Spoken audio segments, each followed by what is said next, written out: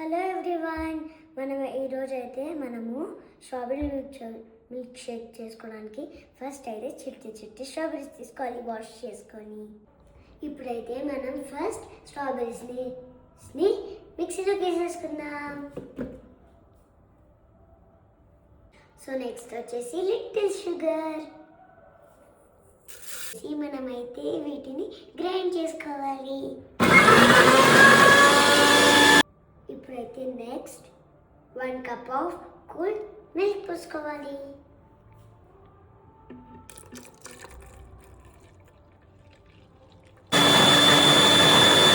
Extra taste and thickness కోసం కొంచెం ice cream add చేసుకుందాం. ఇప్పుడు ఐస్ క్రీమ్ యాడ్ చేసుకుందాం కాబట్టి కొంచెం గ్రైండ్ చేసుకోవాలి. నెక్స్ట్ అయితే మనం గ్లాస్లోకి సర్వ్ చేసుకుందాం.